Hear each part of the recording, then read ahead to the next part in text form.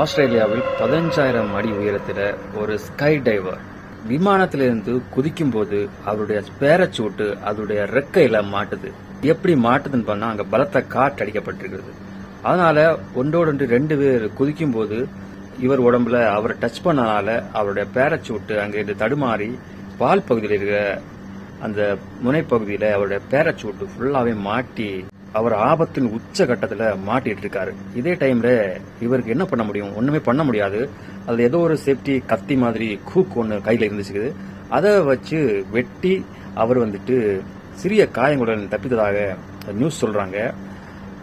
இதுல ஒரு main parachute வேற இருக்கும். அந்த பேராசூட்டின் உதவியுடன் கீழே போயிருக்காருன்னு தான் நியூஸ் சொல்றது. இது ஆஸ்திரேலியாவில் நடந்தது. எப்படி இருக்கும் அந்த விழுத டைம்ல? நமக்கு ரொம்ப படபடப்பா இருக்கும். அவ்வளோ அடி உயரத்துல பாருங்க. ரொம்ப கஷ்டமா இருக்கு இந்த நியூஸ்களை கேட்கும்போது. பிடிச்சிருந்தா ஒரு லைக் பண்ணுங்க.